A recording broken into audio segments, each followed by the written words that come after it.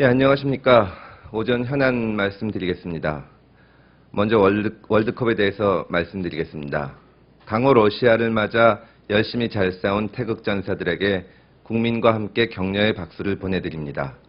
앞으로 멋진 승리를 기대하겠습니다. 다음은 어처구니 없는 인사와 오락가락 행보로 스스로 국정의 발목을 잡는 청와대에 대해서 말씀드리겠습니다. 6월 10일 청와대가 신임 총리 후보자로 문창극 후보자를 지명한 지 이제 8일이 지났습니다. 그저께 제출한다던 임명 동의안과 인사청문회 요청서는 어제로 미뤄졌다가 다시 또 미뤄졌습니다. 역사관, 국가관 등 근본적인 면에서 국민들이 도저히 받아들이기 어려운 발언을 해온 인사를 대한민국의 총리 후보로 지명한 것도 문제지만 현재 청와대의 태도로는 문창극 후보자를 총리로 임명하고 싶다는 것인지 아닌지조차 알 수가 없습니다. 과연 이것이 세월호 참사 이후 국가개조라는 거창한 구호를 들고 나온 청와대의 첫 행보가 맞는지 의심스럽습니다. 국민들은 안심하고 믿을 수 있는 국정 운영을 바랍니다.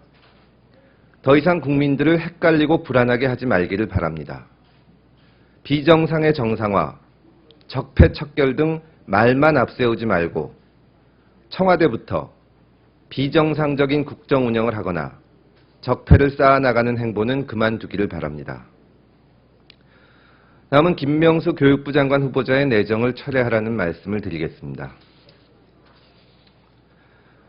김명수 교육부 장관 내정자에 대하여 논문 표절 의혹에 이어 제자가 쓴 논문을 이용해서 학술 연구비까지 받아챙긴 사실이 확인되었다고 합니다.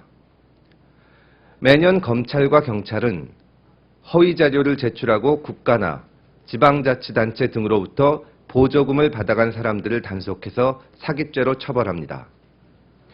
자신이 쓰지도 않은 논문을 제출하고 학술 연구비를 받아먹는 행위는 실제로 형사상 처벌되는 사기죄에 해당할 수도 있습니다. 청와대는 정말 이런 사람에게 대한민국의 교육을 맡기고 싶은 것입니까? 야당의 대변인 이전에 아이를 키우는 부모의 입장에서 부탁드립니다.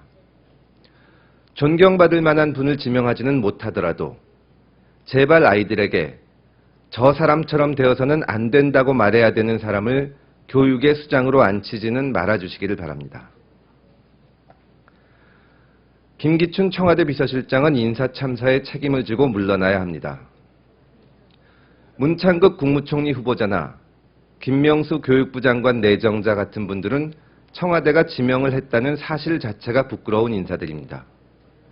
문창극 총리 후보자의 경우 이웃나라 네티즌들의 조롱거리가 되기까지 했습니다. 도대체 이런 인사들을 대통령에게 추천하고 지명하게 한 사람은 누구입니까? 문창극 후보자나 김명수 내정자는 언론에서 총리나 교육부 장관으로 예상하던 인사도 아닙니다. 누구도 알 수 없는 경로를 통해서 터무니없는 인사들이 대한민국의 극히 중요한 공직 후보자가 되는 것은 국가적인 불행이 아닐 수 없습니다.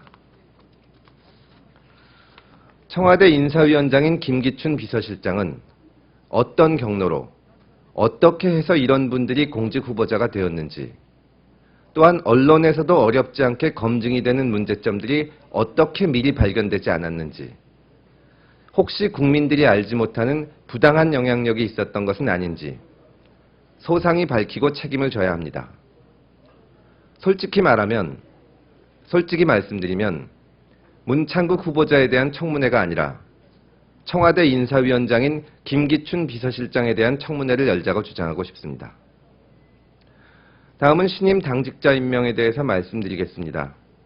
공동위원장인 홍보위원장으로는 박인복 전 전략기획위원장이 임명되었습니다. 박영진 홍보위원장은 유임되었습니다. 역시 공동위원장인 인터넷 소통위원장은 김연아 전 홍보위원장이 임명되었습니다. 장화철 인터넷 소통위원장은 유임되었습니다. 이상입니다. 감사합니다.